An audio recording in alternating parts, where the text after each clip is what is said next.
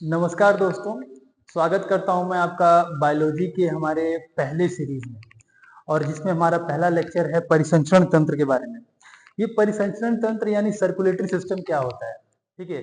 Circulatory system में आज हम लोग देखेंगे कि ये क्या होता है, कैसे काम करता है और इसी में हम लोग आज पढ़ेंगे हार्ट के बारे में यानी दिल के बारे में, ठीक है। दिल के बारे में हम लोगों ने सुना तो बहुत कुछ अपने बॉलीवुड के मूवीज से और कवियों से बहुत बड़ी बड़ी बातें सुनी, लेकिन पढ़ाया आज तक किसी ने नहीं।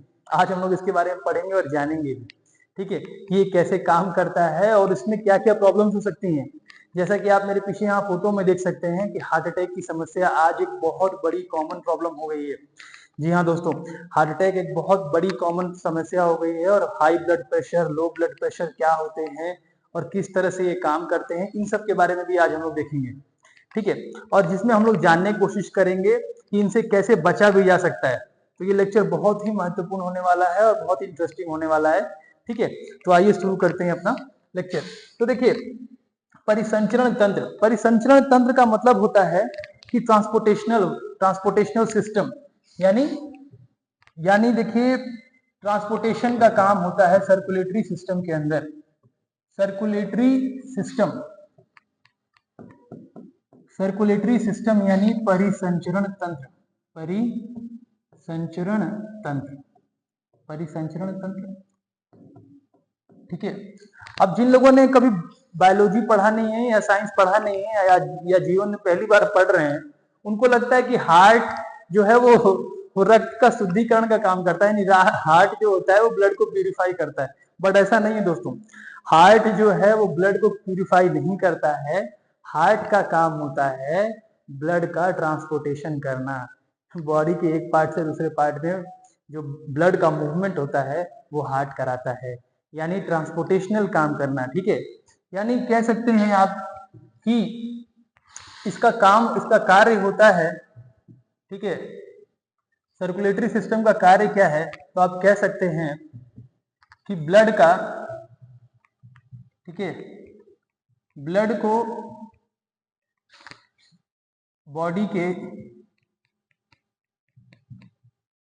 एक पार्ट से दूसरे पार्ट तक ले जाना, ठीक है, दूसरे पार्ट तक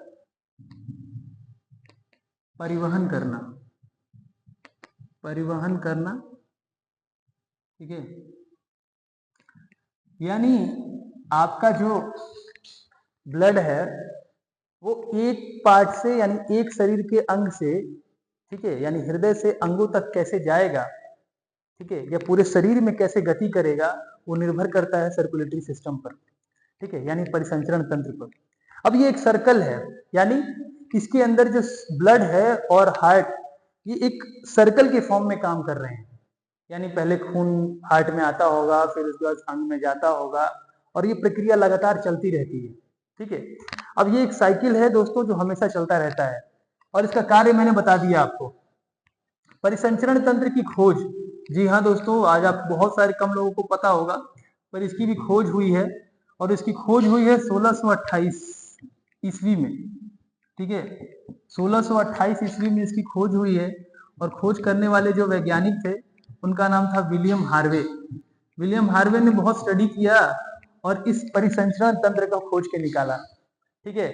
और परिसंचरण तंत्र को खोज के निकाला, जिसके उन्होंने पहली बार बताया कि हमारा हार्ट कैसे सर्कुलेट करता है, ठीक है। और हार्ट का जो सर्कुलेटरी सिस्टम का जो हमारा काम है वो ब्लड को बॉडी के एक पार्ट से दूसरे पार्ट तक परिवहन करना है। क्या इतना ही काम है क्या? नहीं, इसके अलावा भी इसके बहुत सारे मेजर वर्क हैं। जैसे और क्या क्या कार्य हैं?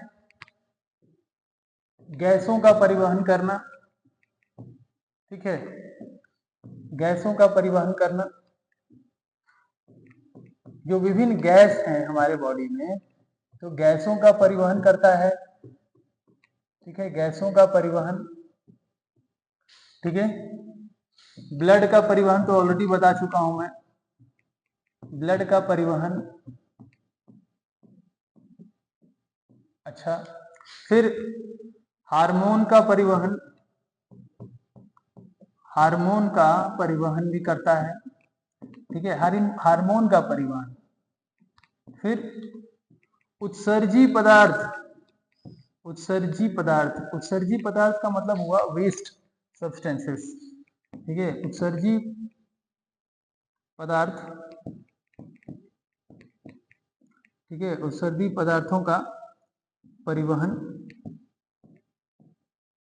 ठीक है, उत्सर्जी पदार्थों का परिवहन यानी बेसिकली ट्रांसपोर्टेशनल का काम है इसका, ट्रांसपोर्टेशन का, from one part two another part of the body, ठीक है। मेनली इसका काम यही है ट्रांसपोर्टेशन का। जैसे कि आप देख सकते हैं सर्कुलेटरी सिस्टम, ये जो आप अलग अलग प्रकार की नलिकाएं देख रहे हैं इनको ब्लड वेसल्स कहते हैं, और ये ब्लड वेसल्स पूरे बॉडी में फैली हुई है, पूरे बॉडी में, हाथ पैर हर जगह फैली हुई है, ठीक है। और इनके अंदर है हमारा खून यानी रक्त, और ये पूरे बॉडी में मूवमेंट कर रहा है। इस प्रकार आप देख सकते हैं कि यहाँ पे कुछ कुछ लाल रंग की नलिकाएं दिखाई दे रही होंगी, वेसल्स दिखाई दे रहे होंगे, और कुछ ब्लू रंग की वेसल्स दिखाई दे रही होंगी, और ये सब पूरा मिलकर के सर्कुलेटरी सिस्टम है, ठीक है। तो सर्कुलेटरी सिस्टम हम लोग का इसी तरह का काम करता है, पूरे शरीर में फैला हुआ है, उसका मेन केंद्र जो है वो हार्ट है, कह सकते हैं आप, ठीक है। तो अब देखिए कि हमारा परिसंचरण तंत्र होता कितने प्रकार का है। तो देखो ये दो प्रकार के होते हैं, यानी सर्कुलेटरी सिस्टम जो होता है वो दो प्रकार का होता है। एक बोलते हैं open circulatory system, open circulatory system यानी खुला परिसंचरण तंत्र, ठीक है, खुला परिसंचरण तंत्र होता है। और दूसरा, ठीक है, दूसरा होता है close circulatory system, close circulatory system, ठीक है, यानी बंद परिसंचरण तंत्र। अब खुला परिसंचरण तंत्र और बंद परिसंचरण तंत्र क्या होता है, जरा ध्यान से सुनो। जैसे कि मान लो कि ये क्लासरूम है, और इस क्लासरूम में मास्टर पढ़ा रहा है बच्चों को। अब बच्चों को पढ़ा रहा है मास्टर, तो बार बार बच्चे क्या कर रहे हैं, अपनी सीट से उठ करके पानी पीने के लिए बार बार जाते हैं, ठीक है। अब इससे क्या होता है, पूरा क्लास डिस्टर्ब होता है, ठीक है, टाइम वेस्ट होता है। तो मास्टर क्या करता है, पूरे क्लास में पानी भर देता है, पूरा लबालब पूरा क्लास भर देता है, और बोलता है कि जिसको भी प्यास लगे बस वहीं नीचे से बॉटल में भरो और पी लो, ठीक है। और इसी तरह से पूरा पानी फैला हुआ है और लोग वहीं से उठा उठा के पानी पी रहे हैं और अपने सीट पे बैठे हुए हैं, इससे क्लास डिस्टर्ब नहीं हो रही है। तो ये है खुला परिसंचरण तंत्र। जी हाँ, अब आप कहोगे उसी में चलना भी है, उसी में पानी भी पीना, तो खुला परिसंचरण तंत्र ऐसा ही होता है, इसमें हर एक चीज एकदम खुली तौर से, खुला पानी तरफ चारों तरफ से बह रहा होता है, ठीक है। दूसरी तरफ बंद परिसंचरण तंत्र क्या हुआ कि बच्चों ने शिकायत किया कि सर ऐसे तो बहुत गंदा है, उसी में चलना है, उसी में पीना है। तो मैंने क्या किया, सभी सीट पर, सारे बच्चे जो क्लासरूम में बैठे हुए उनके सभी सीट पर मैंने नलिका यानी पाइप्स लगा दी सबके सीट पे, और मैंने बोला कि जब भी प्यास लगे बस पाइप को ओपन करो, पानी भरो और पी लो। तो ये हुआ बंद परिसंचरण तंत्र, यानी इसके अंदर आप देखोगे नलिकाओं के माध्यम से खून जो यानी वेसल्स के माध्यम से थ्रू जो खून है वो बह रहा है, ठीक है। इसके अंदर ऐसे कह सकते हो आप गंदगी नहीं मची हुई है, ठीक है। तो जैसा कि देखो आपको यहाँ इस डायग्राम में अच्छे समझ में आएगा कि देखो ये है ओपन सर्कुलेटरी सिस्टम, जिसमें यहाँ से हार्ट से, ठीक है, यहाँ से ब्लड वेसल से आया खून, और यहाँ पे देख रहे हैं आप ये जो ब्लू ब्लू कलर का नजर आ रहा है आपको, ये सेल्स हैं, और सेल्स में डायरेक्टली खून फेंक दिया गया है, ठीक है, फेंक दिया है, वहां पे सारा खून वहां पे इकट्ठा होगा, फिर दूसरे नलिकाओं के माध्यम से दोबारा उसको ऑस्टिया में लेकर के जाया जाएगा, ठीक है, ऑस्टिया में जाएगा। यानी इस तरह से ओपन सर्कुलेटरी सिस्टम है। और ये जितने भी जो क्लोज सर्कुलेटरी सिस्टम होता है, ये सॉरी ओपन सर्कुलेटरी सिस्टम होता है, ये मिलता है आपका जैसे कॉकरोच हो गए, ठीक है, कॉकरोच, इंसेक्ट्स, ठीक है, इन लोगों के अंदर यही होता है, डायरेक्टली इस तरह से ही खून बहता है। मैंने दिखाया ना आपको, ब्लड वेसल से आया और वो सेल्स में खून को डाल दिया गया, और फिर अलग वेसल से उसको दोबारा से ले लिया गया। इस तरह के सर्कुलेटरी सिस्टम को ओपन सर्कुलेटरी सिस्टम। अब क्लोज कहाँ कहाँ होता है, जैसे फिश हो गई, ठीक है, फ्रॉग हो गया, रेप्टाइल्स हो गए, ठीक है, स्नेक वगैरह, ह्यूमंस हो गए, एक्सेट्रा। इन लोगों में क्या होता है, क्लोज सर्कुलेटरी सिस्टम होता है।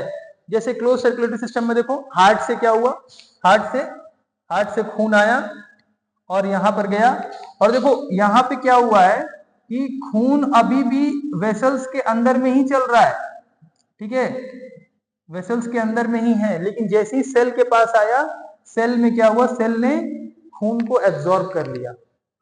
अब खून को एब्जॉर्ब कर लिया और फिर एब्जॉर्ब करते ही एनर्जी बना, है ना, एनर्जी बना, और फिर उसके बाद जो वेस्ट मटेरियल निकला, यानी वेस्ट मटेरियल के तौर पे कार्बन डाइऑक्साइड निकला, वो वापस इसी ब्लड में डाल दिया गया और फिर ये घूमते हुए दोबारा कहाँ आ गया, हार्ट में पहुंच गया। और इस तरह से ये साइकिल लगातार चलती रहेगी। लेकिन यहां पर देखोगे आप तो यहाँ पे ब्लड आ रहा है, बस यहीं तक आ रहा है, इसके आगे नहीं बढ़ रहा। इसके आगे आप देखोगे तो ब्लड नहीं बढ़ रहा, ब्लड यहां पर आया, यहां पे लाया गया और फिर सेल्स में खुले में छोड़ दिया गया, फिर दोबारा यहां से उसको कलेक्ट किया गया और फिर दोबारा से ये ऑस्टिया में पहुंचा, ठीक है। तो इस तरह से आप देख सकते हैं कि ये एक ओपन सर्कुलेटरी सिस्टम है, जबकि यहां पर आप देखेंगे, ठीक है, यहां पर आप देखेंगे तो ये एक पूरा बंद परिसंचरण तंत्र है, यानी खून यहां पर आया है, ठीक है, गया, यहां से वेस्ट मटेरियल इकट्ठा किया और फिर दोबारा से हार्ट में आया। इस तरह के परिसंचरण तंत्र को हम लोग क्लोज्ड सर्कुलेटरी सिस्टम कहते हैं, क्लोज्ड सर्कुलेटरी सिस्टम। अब देखिए आगे, तो जो हमारा सर्कुलेटरी सिस्टम है, सर्कुलेटरी सिस्टम है, अब हम लोग सर्कुलेटरी सिस्टम में मानव के सर्कुलेटरी सिस्टम यानी ह्यूमन सर्कुलेटरी सिस्टम के बारे में बात करेंगे, ठीक है। और ह्यूमन सर्कुलेटरी सिस्टम जो है वो मेनली 4 चीजों से मिलकर बना हुआ है। एक तो आर्टरीज है, आर्टरीज, वेन्स और हार्ट। आर्टरीज को धमनी कहते हैं, वेन्स को शिरा कहते हैं और हार्ट को हृदय कहते हैं। और जो 4th चीज मैंने आपको बताया था उसका नाम है ब्लड। अब देखिए, ब्लड के बारे में तो हम लोग इस लेक्चर में डिस्कस नहीं करने वाले हैं, ब्लड के बारे में हम लोग सेपरेट से अलग से किसी और लेक्चर में बात करेंगे, ठीक है। तो हमारे यहाँ धमनी, शिरा और हार्ट और ब्लड, ठीक है। अब हम एक एक करके समझेंगे कि ये क्या होते हैं, ठीक है। पर उसको समझने से पहले आइए जरा हम लोग एक टेबल के फॉर्म में बना के समझते हैं तो ज्यादा बेटर से समझ में आएगा, ठीक है। देखिए, आर्टरीज यानी धमनियां, धमनी और वेन्स यानी शिराएं, ठीक है, ये एक प्रकार की नलिकाएं हैं जिनके अंदर से ब्लड बह रहा है, ठीक है, ब्लड बह रहा है इनके अंदर से। और इसी आधार पर ये दोनों अलग अलग तरीके की नलिकाएं हैं, ठीक ना, रक्त वाहिनियां जिसको कह सकते हैं आप, रक्त वाहिनियां हैं ये, ठीक है। तो देखो, आर्टरीज क्या होती हैं, ये इस तरह की नलिकाएं हैं या इस तरह की रक्त वाहिनियां हैं, ब्लड वेसल्स हैं, जो खून को हार्ट से, ठीक है, हार्ट से बॉडी ऑर्गन तक लेके जाए। क्या मतलब हुआ इसका, अभी बताता हूं। बॉडी ऑर्गन तक ब्लड कैरी करे,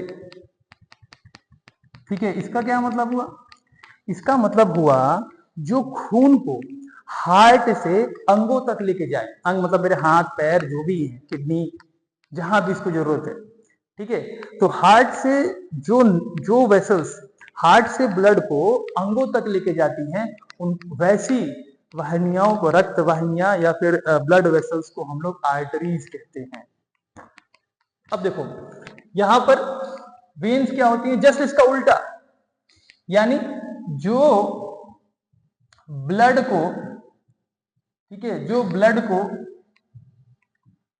अंग से या अंगों से, अंग मतलब ऑर्गन, अंगों से हार्ट तक लेकर के आए, ठीक है, हार्ट तक लाती हैं, ठीक है, उसको हम लोग वेन्स कहते हैं यानी शिरा कहते हैं। यानी ये क्या करती हैं, ये अंगों से यानी हाथ पैर सब जगह से खून को दोबारा क्या करेंगे, लेते हुए कहां तक पहुंचाएंगे, मेरे हार्ट में पहुंचाएंगे।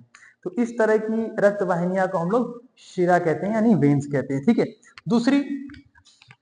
दूसरा इन लोगों में डिफरेंस क्या है, इसके अंदर होता है प्योर ब्लड, प्योर ब्लड होता है इसके अंदर, यानी शुद्ध रक्त होता है, और इसके अंदर होता है इम्प्योर ब्लड यानी अशुद्ध रक्त, ठीक है, अशुद्ध रक्त। प्योर ब्लड और इम्प्योर ब्लड का मतलब क्या, ऐसा तो नहीं है। प्योर ब्लड का मतलब ऐसा नहीं है कि इसके अंदर अमृत मिला हुआ है, ठीक है। प्योर ब्लड का मतलब ये हुआ कि इसके अंदर ऑक्सीजन की मात्रा ज्यादा है, यानी ऑक्सीजन की मात्रा ज्यादा है और CO2 की मात्रा कम है। यहां पे आप देखोगे तो इसके अंदर CO2 यानी कार्बन डाइऑक्साइड ज्यादा और ऑक्सीजन क्या है, कम। इस तरह के ब्लड को इम्प्योर ब्लड कहते हैं। यानी इसको अगर और अच्छे से बताऊं तो डीऑक्सीजनेटेड ब्लड है और ये है ऑक्सीजनेटेड ब्लड, ठीक है। ये हो गया इनका दूसरा डिफरेंस। तीसरा डिफरेंस देखो क्या है इन तीनों की। तीसरा डिफरेंस क्या होता है, इसके यानी जो आर्टरीज है, धमनी है, इसकी जो वेसल्स हैं, इसकी जो रक्त वाहिनियां हैं, उनकी दीवार मोटे होते हैं, यानी ये मोटी दीवार वाली होते हैं, ठीक है। अभी सब बताऊंगा आपको, दिखाऊंगा भी। यानी इनकी दीवार कैसी होती है, मोटा दीवार होता है इनके अंदर, यानी थिक थिक वेसल्स होते हैं, थिक वेसल्स होते हैं, थिक वेसल्स होते हैं इसके अंदर, ठीक है।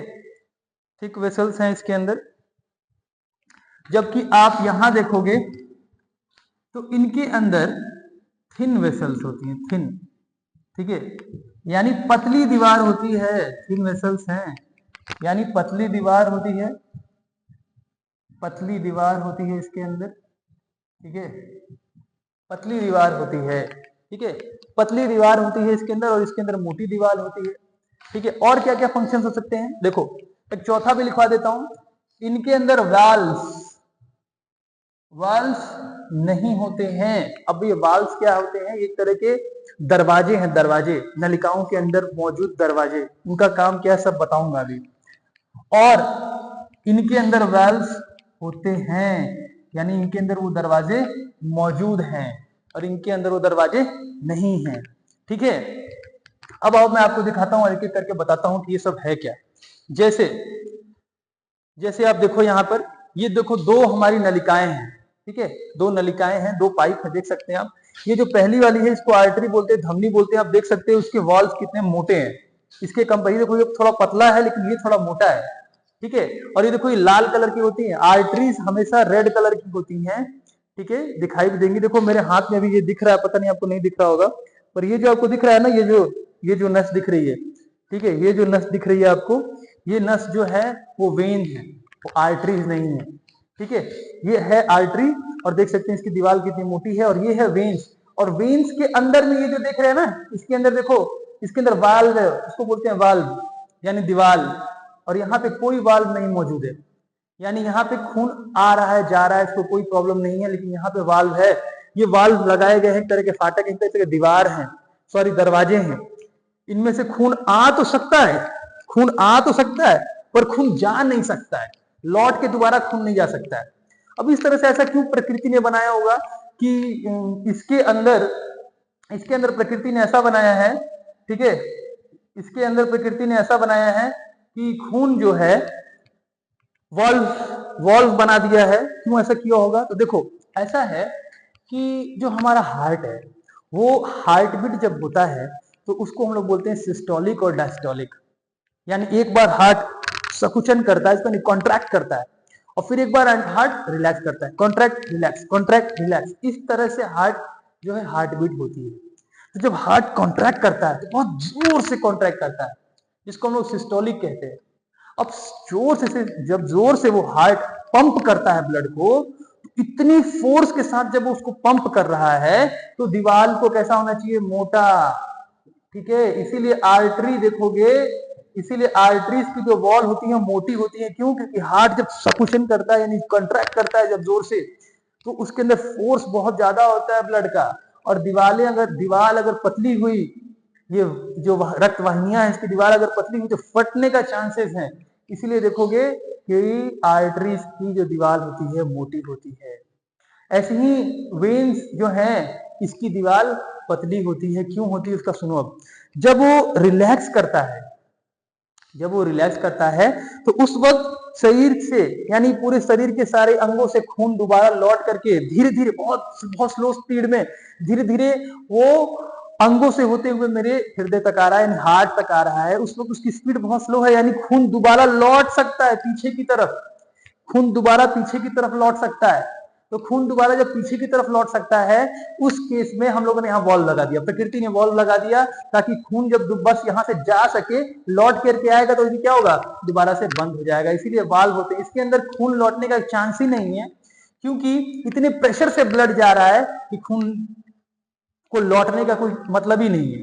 ठीक है, इसलिए बहुत अच्छा डायग्राम है, यहां से आप लोग समझ सकते हैं इजीली दोनों को देख कर। ठीक है, फिर देखिए नेक्स्ट, ये तो इनके डिफरेंस बताए हुए हैं। ठीक है, अब मैं आपको एक और चीज बताता हूं जिसमें आपको समझ में आएगा और बेहतरीन ढंग से, कि देखो जो हम लोगों के जो हाथ के जो आपको दिखाई दे रहा है, मैंने बताया कि जो आपको अभी नस दिखाई दे रही है वो वेन्स हैं। तो जो इंजेक्शन लगाए जाते हैं, जो डॉक्टर इंजेक्शन लगाता है, वो हमेशा वेन्स में इंजेक्शन लगाता है, आर्टरीज में इंजेक्शन नहीं लगाता, क्योंकि आर्टरीज बहुत अंदर होती है, बहुत अंदर। ठीक है, आर्टरीज बहुत अंदर होती है। और कभी भी, ठीक है, कभी भी आप देखना, कभी भी देखना आप, ठीक है, कभी भी देखना इंजेक्शन वो हमेशा वेन्स में लगाएगा। अगर अगर वो इंट्रामस्कुलर इंजेक्शन नहीं है, वेन्स में लगाने वाला है, तो हमेशा वेन्स में लगाएगा। और दूसरी बात, ये जो आर्टरीज होती हैं, ठीक है, इनके अंदर ब्लड का प्रेशर इतना ज्यादा होता है कि अगर ये गलती से कट गई ना, इतना तेजी से ब्लड निकलेगा, इतना तेजी से ब्लड निकलेगा कि मतलब आप सोचो कि फवारा हो जाएगा। कि मैंने मूवी देखी थी किल बिल, ठीक है, उसके अंदर जो लोगों की गर्दनें एकदम गाजर मूली जैसे काटते जाता है, तो उसमें से जो आर्टरी जब कटती है ना, तो एकदम फवारे की तरह खून निकलता है। ठीक है, इसलिए देखो एक सवाल भी पूछा जाता था पहले, कि अगर मान लो एक सोल्जर है और वो जंग में लड़ाई करने जा रहा है और उस समय उसका हाथ यहां से कट जाए, यहां से हाथ कट जाए, या कुछ लोग होते हैं ना, समझ रहे हो आप, जिसके याद में यहां वहां से हाथ काट लिया, ठीक है, तो अगर हाथ यहां से कट जाए, हाथ अगर यहां से कट जाए, तो आपके मरने के चांसेस ज्यादा हैं। लेकिन अगर आप वहीं पर, अगर किसी का हाथ यहां से कट गया है और खूब खून गिर रहा है, अगर उसको अपनी जान बचानी है, तो उसको अपना हाथ यहां से काट लेना चाहिए। अब हाँ दोस्तों, सुनने में बहुत अजीब लग रहा है कि हाथ यहां से कटा है तो जान बचाना है, तो फिर हाथ ऊपर से क्यों काट लिया जाए, पर उसमें जान बच सकती है।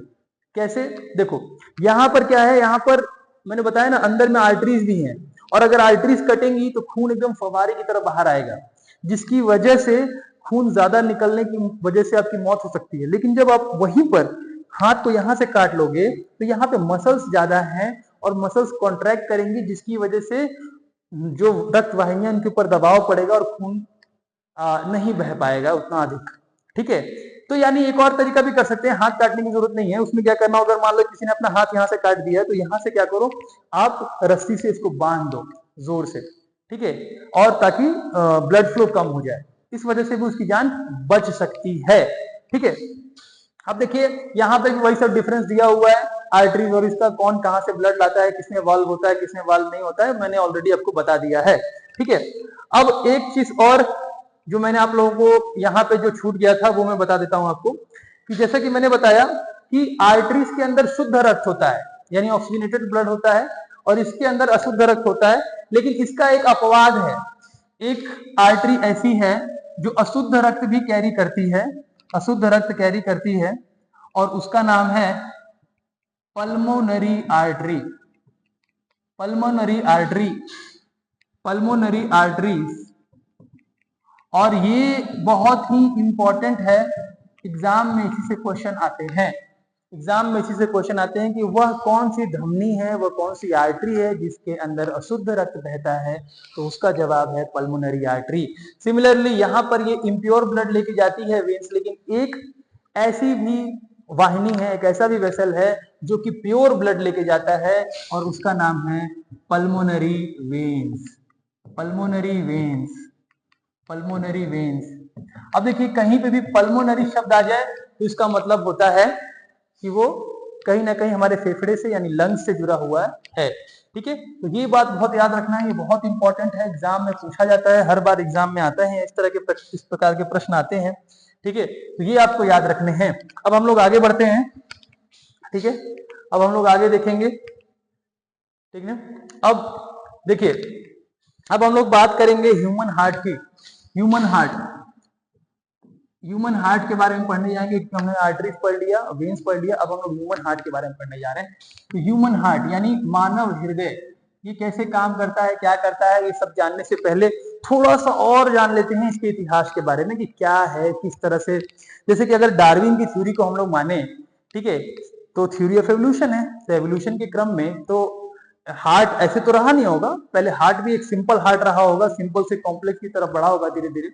तो देखो पहले क्या होता था कि जैसे हार्ट का एवोल्यूशन कैसे हुआ है कि हम लोग ऐसे मानते हैं कि कॉर्डेटा, जो कॉर्डेटा संघ होता है, कॉर्डेटा यानी वो जानवर यानी प्राणियों को यानी जानवरों को हम लोगों ने दो भागों में बांटा है, एक जिनकी रीढ़ की हड्डी है पीछे की और एक जिनकी नहीं है। तो हम लोग वहां बात कर रहे हैं जिनकी रीढ़ की हड्डी है। जैसे रीढ़ की हड्डी वाले में फिश है, पहले हम लोग फिश थे, फिश से फिर हम लोग इवॉल्व होकर के एम्फीबियन बने, ठीक है, एम्फीबियन यानी उभयचर, ठीक है, एम्फीबियंस बने और एम्फीबियन से फिर रेप्टाइल्स, ठीक है, और रेप्टाइल्स के बाद एक ही साथ एक तरफ रेप्टाइल से बर्ड बने और एक तरफ मैमल्स बने, ठीक है, मैमल्स यानी स्तनधारी, ठीक है। अब देखो यहाँ पे फिशेस के अंदर जैसे हमारा हार्ट जो है ना, हमारा हार्ट 4 चेंबर का है, 4 चेंबर यानी 4 कमरों का है, यानी हम लोग बड़े दिल वाले हैं, ठीक है। हाँ बड़े दिल वाले हैं हम लोग। अभी हम लोग आगे पढ़ेंगे कि हार्ट जो है वो सबसे बड़ा किसका हार्ट है। जैसे सबसे बड़ा हार्ट अगर मैं बात करूं पृथ्वी पर तो ब्लू व्हेल का है, ठीक है। और अभी हम लोग देखेंगे कैसे कैसे क्या क्या है। तो हम लोग के हार्ट जो है वो 4 चेंबर के हैं, बट फिशेस के जो हार्ट होते हैं ना वो 2 चेंबर के हार्ट होते हैं। 2 चेंबर यानी 2 कक्ष होते हैं उसके हार्ट में, ठीक है, यानी 2 कक्ष हैं यानी 2 कमरे हैं उसके हार्ट में, 2 कमरे हैं। ऐसी एम्फीबियंस यानी फ्रॉग वगैरह में होते हैं 3 चेंबर, 3 चेंबर का हार्ट होता है, 3 कक्ष 3 कमरे होते हैं। रेप्टाइल्स में होते हैं, रेप्टाइल्स में 3.5 कमरों का होता है दिल, ठीक है, 3.5 चेंबर के होते हैं। और बर्ड और मैमल्स में 4 चेंबर का हार्ट होता है, यानी 4 चेंबर यानी 4 कमरों का दिल होता है इनका, ठीक है, 4 कमरों का दिल होता है, ठीक है। और हार्ट के बारे में और कुछ जान लेते हैं, और 2-4 फैक्ट्स जान लेते हैं। जैसे ह्यूमन हार्ट जो है, हमारे हार्ट का जो वजन है, वेट है, यानी हमारे हार्ट का जो वजन है वो लगभग 300 ग्राम होता है, 300 ग्राम होता है, यानी हमारे हार्ट का जो वेट है वो 300 ग्राम होता है, ठीक है, 300 ग्राम होता है। इसके साथ ही जो हमारा हार्ट है वो डबल सर्कुलेटरी ऑर्गन है, डबल सर्कुलेटरी ऑर्गन है, यानी दोहरा परिसंचरण तंत्र होता है। अभी हम लोग जानेंगे दोहरा परिसंचरण तंत्र क्या होता है, यानी खून एक बार आता है और फिर दोबारा से खून आता है, यानी 2 बार उसको ट्रेवल करना पड़ता है। ऐसे तंत्र को हम लोग ऐसे परिसंचरण तंत्र को हम लोग दोहरा परिसंचरण तंत्र कहते हैं, ठीक है। अभी देखेंगे हम लोग क्या होता है, ठीक है। फिर देखो दोहरा परिसंचरण तंत्र के बाद, हार्ट के बाद और हमारी क्या इसमें है, तो जो हमारा हार्ट है ना वो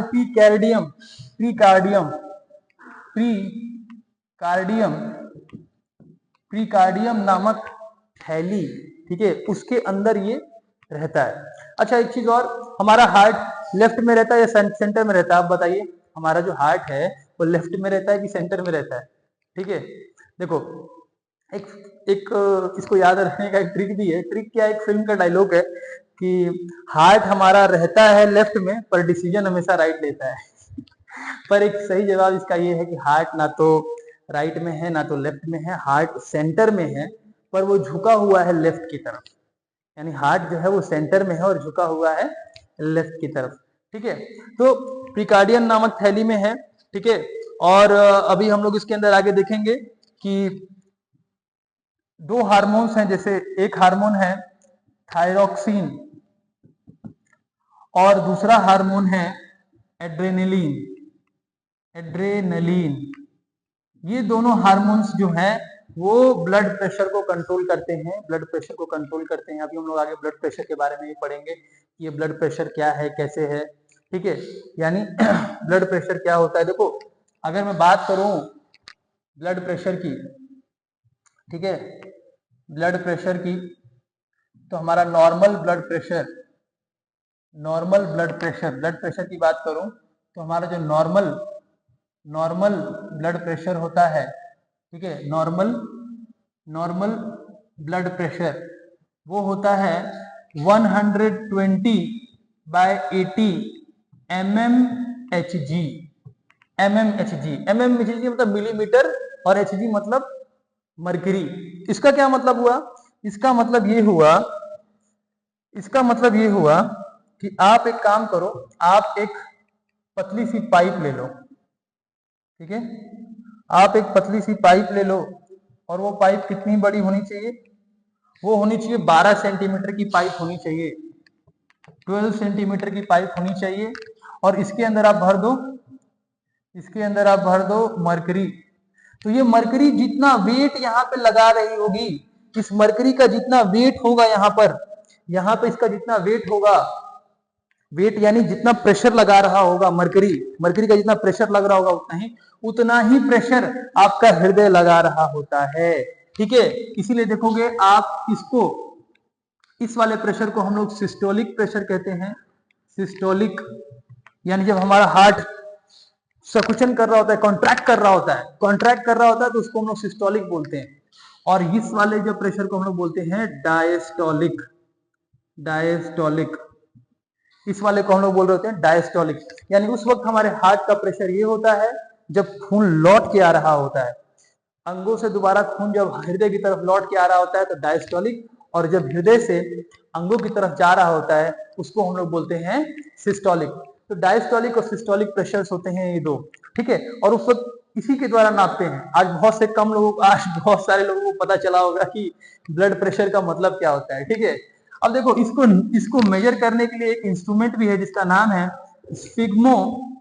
स्फिग्मोमैनोमीटर।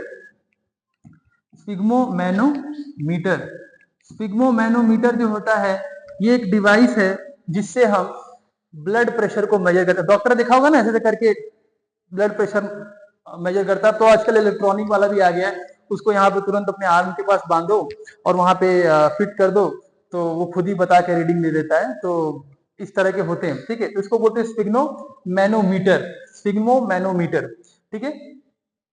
तो ये था सिस्टोलिक और डायस्टोलिक प्रेशर। अभी हम लोग आगे देखेंगे कि कैसे ये काम करते हैं और क्या क्या इसके फंक्शंस हैं, ठीक है।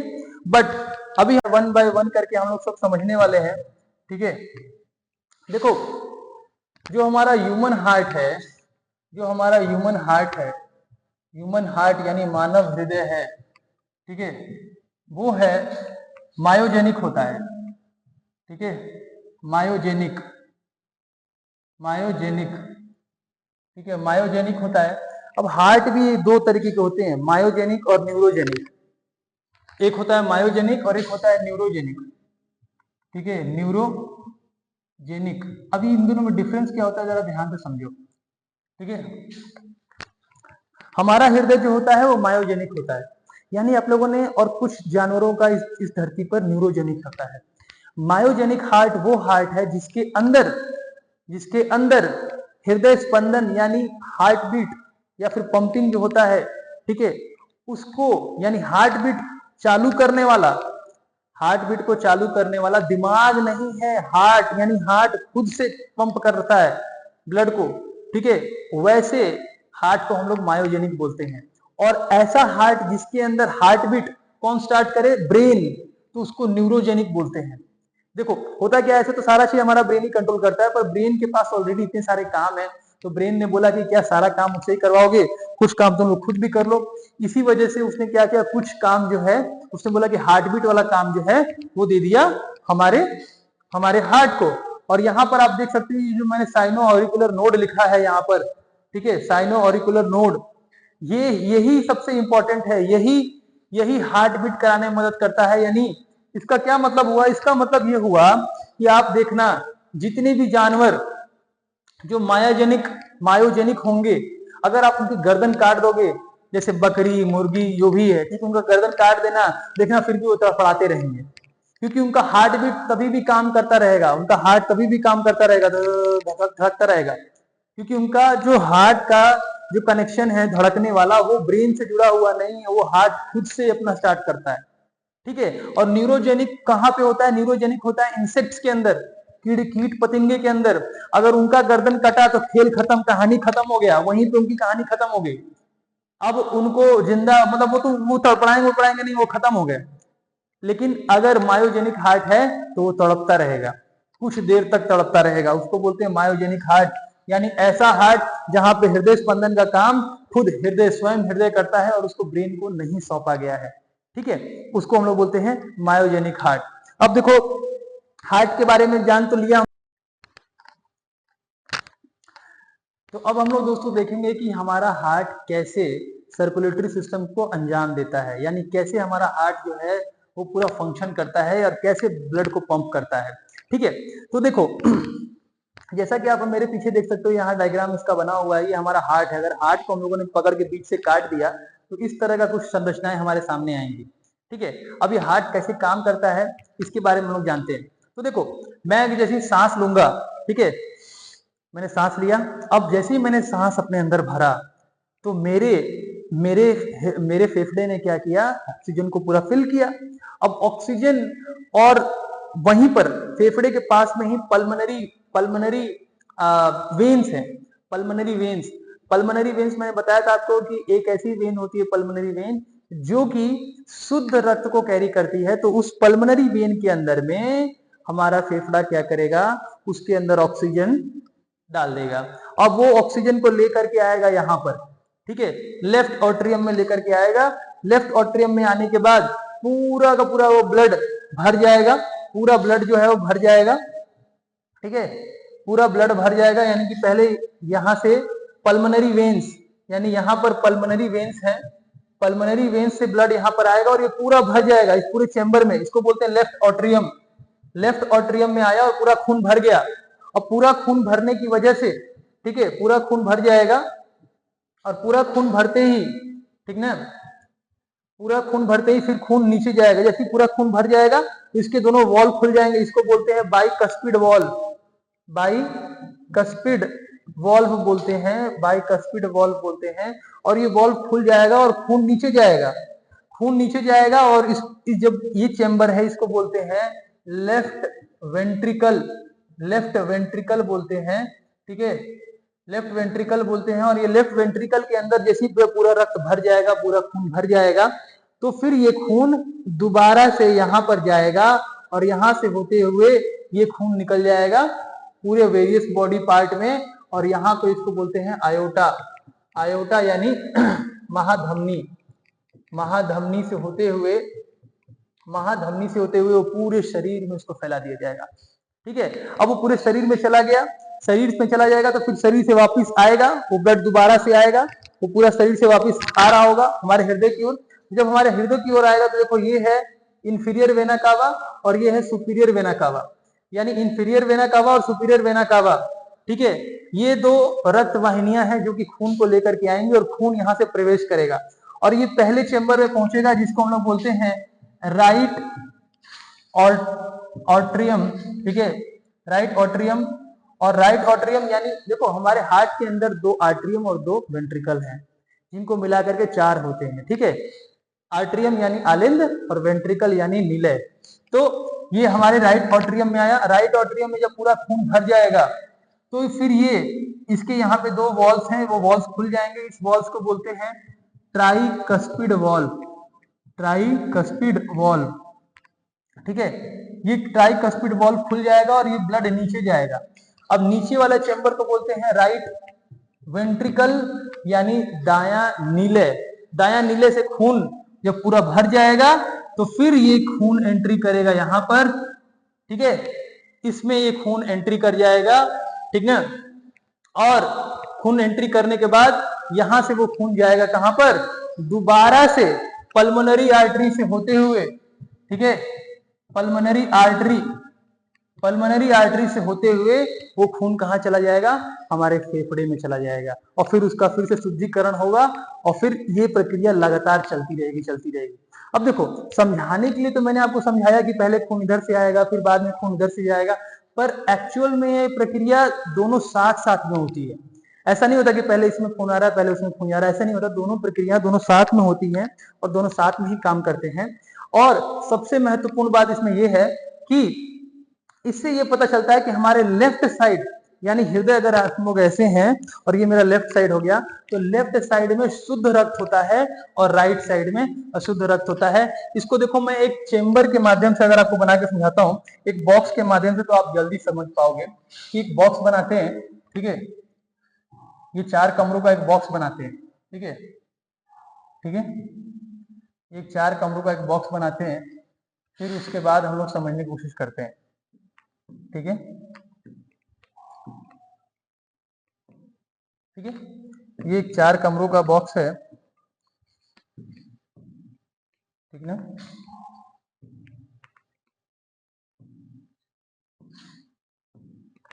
ठीक ना,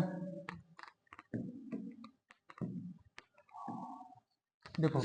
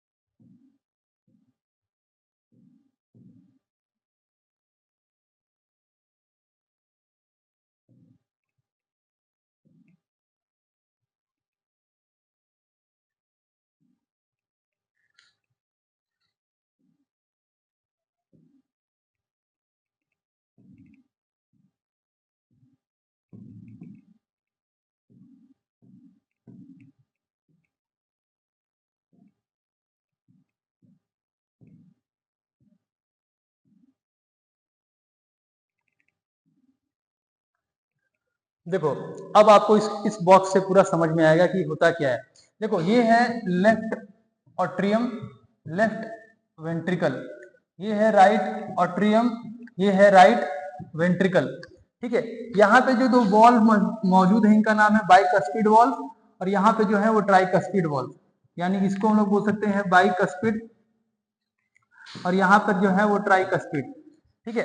अब होता क्या है कि पल्मोनरी वेन्स के द्वारा खून जो है वो यहाँ पर आया, ठीक है, खून जो है वो एंट्री किया, ठीक है, खून यहाँ पर एंट्री किया। अब खून एंट्री करेगा तो पहले ये चैम्बर भरेगा, जैसे ही ये पूरा चैम्बर भर जाएगा तो ये दोनों जो बाइकस्पिड वॉल्व हैं दोनों खुल जाएंगे। खुलने के बाद खून जो है वो एंट्री करेगा लेफ्ट वेंट्रिकल में। लेफ्ट वेंट्रिकल में खून में एंट्री करने के बाद ये है अयोटा यानी महाधमनी।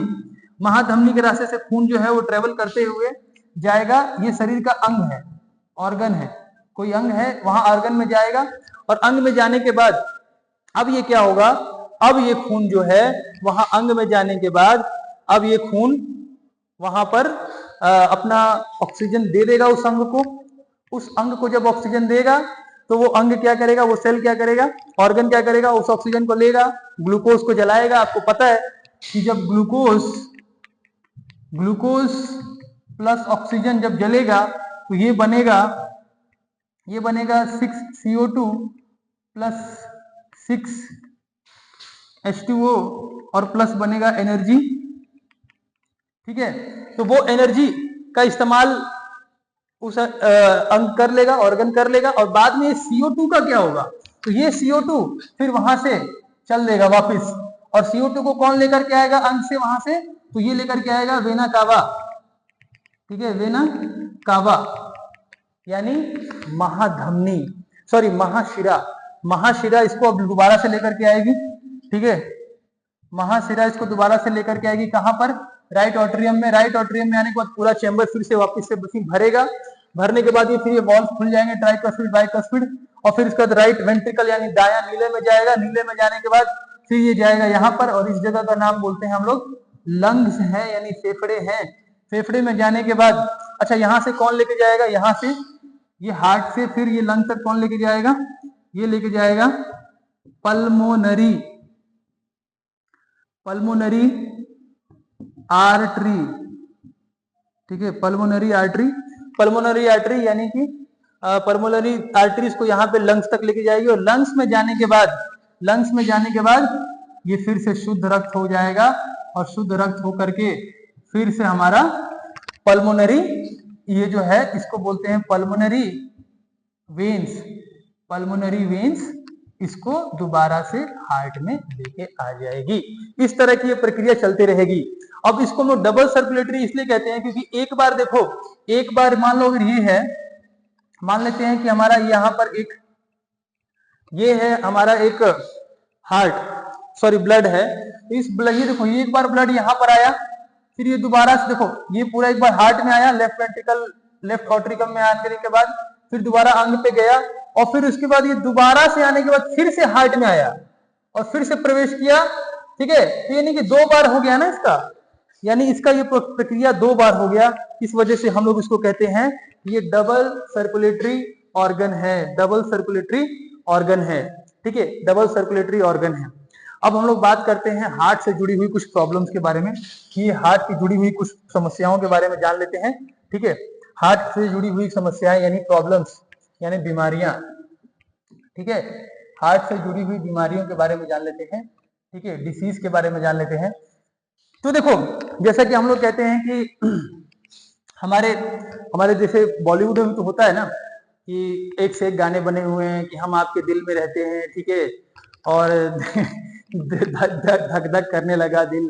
ठीक है, तो अगर आपका भी दिल ज्यादा धक धक कर रहा है, ठीक है, तो उसका मतलब है कि प्रॉब्लम है। ठीक है, उसका मतलब कि प्रॉब्लम है और उसको इलाज कराने की जरूरत है। क्योंकि देखो नॉर्मल ह्यूमन बीइंग, ठीक है, एक नॉर्मल ह्यूमन अडल्ट, ठीक है, नॉर्मल ह्यूमन अडल्ट की जो हार्ट बीट होती है, ठीक है, यानी जो उसका दिल धड़कता है वो 72 बार धड़कता है, 72 टाइम्स। अगर कोई इन्फेंट है, ठीक है, इन्फेंट है, ठीक है, बेबी है, तो उसका जन्म से पहले तो 200 रहता है, लेकिन जन्म के बाद उसका हो जाता है 150। और जो ओल्ड लोग हैं, बुढ़े लोग हैं, उनका हो जाता है घट के 45 to 50।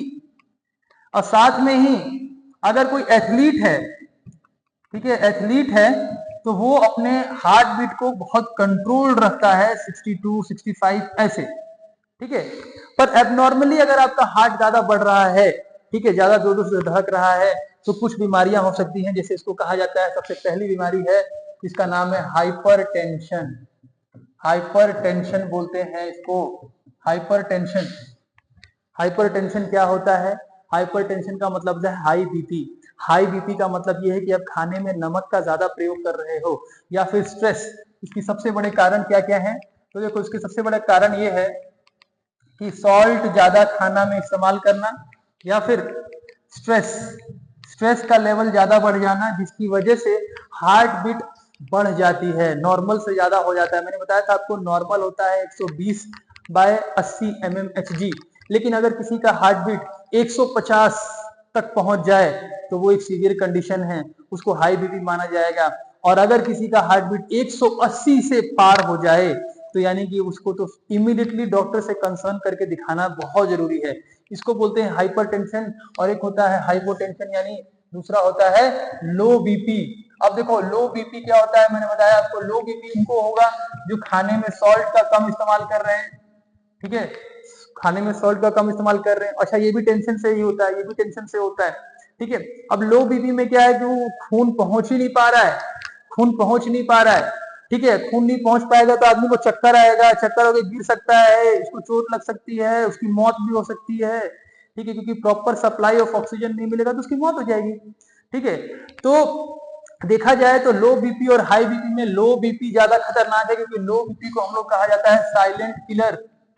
साइलेंट किलर बोला जाता है, इसमें पता भी नहीं चलेगा कब आपकी मौत हो गई। तो लो बीपी ज्यादा खतरनाक है in terms of high BP, क्योंकि हाई बीपी में दुश्मन दिख तो रहा है ना, पता तो है ना, इसमें तो कब आपको लो बीपी हो जाएगा, गिर जाओगे, पता भी नहीं चलेगा। ठीक है, मौत होने के चांसेस जल्दी हैं इसके अंदर। ठीक है, फिर देखो एक होता है, एक और हम लोग फिनोमेना होता है जिसको बोलते हैं दिल की बीमारी होती है, जिसको हम लोग बोलते हैं हार्ट में छेद हो जाना। ठीक है, यानी हार्ट का होल हो जाना, हार्ट में होल हो जाना, ये क्या होता है? तो देखो उसको भी समझ लेते हैं। तो होता क्या है कि जब बच्चा अपने माता के गर्भ में होता है तो उस समय तक वो सांस तो ले नहीं सकता है। ठीक है, तो वहां पर उसके लंग्स जो होते हैं वो काम तो करते नहीं है।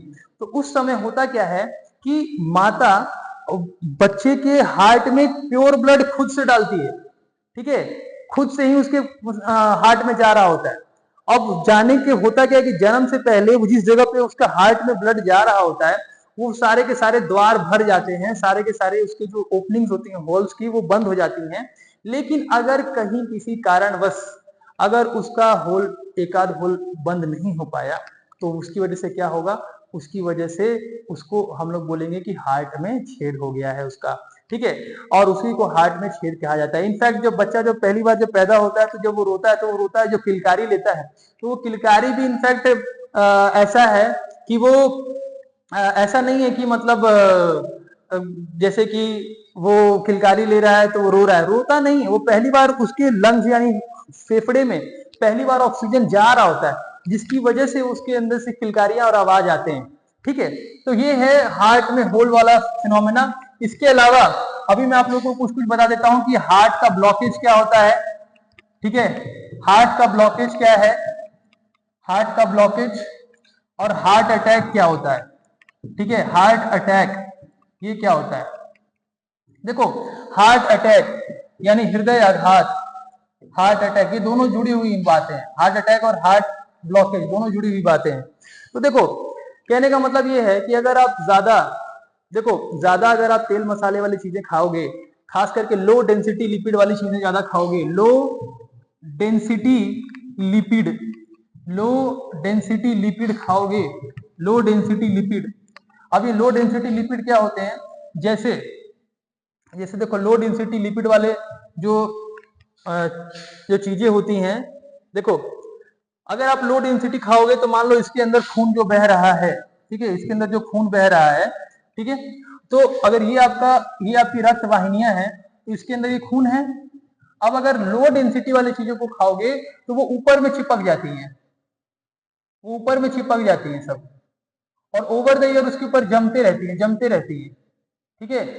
अब जमने की वजह से क्या होता है कि खून को सही रास्ता नहीं मिलता और खून ब्लॉक हो जाता है। इमेजिन करो कि पाइप है और पाइप पूरी तरह से जाम हो चुकी है, तो क्या उसके अंदर से खून और बहेगा? नहीं बहेगा ना, खून ब्लॉक हो जाएगा। इस तरह के ब्लॉकेज को ही हम लोग हार्ट ब्लॉकेज कहते हैं, ठीक है। हार्ट का ब्लॉक हो जाना, ठीक है, ये हार्ट ब्लॉकेज हो जाती है जब नसों में हो जाती है, ठीक है, नसों में नसें उसकी ब्लॉक हो जाती हैं, ठीक है, इसको हार्ट ब्लॉकेज कहा जाता है। ऐसे ही अगर हार्ट अटैक क्या होता है, तो हार्ट अटैक होता है कि जब जब कभी भी, ठीक है, वो अब आप मुझे बताओ कि पूरे शरीर में अगर कोई किसी को ऑक्सीजन पहुंचा रहा है तो वो हार्ट है, और सपोज करो हार्ट को खुद को ही ऑक्सीजन ना मिले, तो हार्ट को खुद को ही सब ऑक्सीजन की सप्लाई ना मिले तो उस कंडीशन को हम लोग बोलेंगे कि वहां पे हार्ट अटैक हो गया है, ठीक है। और हार्ट अटैक के देखो बहुत सिम्टम्स हैं। जैसे अगर किसी को हार्ट अटैक आने वाला होगा तो यूजुअली उसके ना लेफ्ट साइड में, चेस्ट के लेफ्ट साइड में पेन होता है, बहुत पेन होता है, चेस्ट के लेफ्ट साइड में पेन होगा, उसको ठंडा पसीना आएगा, गला सूखने लगेगा, ठीक है, इस तरह के उसके सिम्टम्स होते हैं, ठीक ना।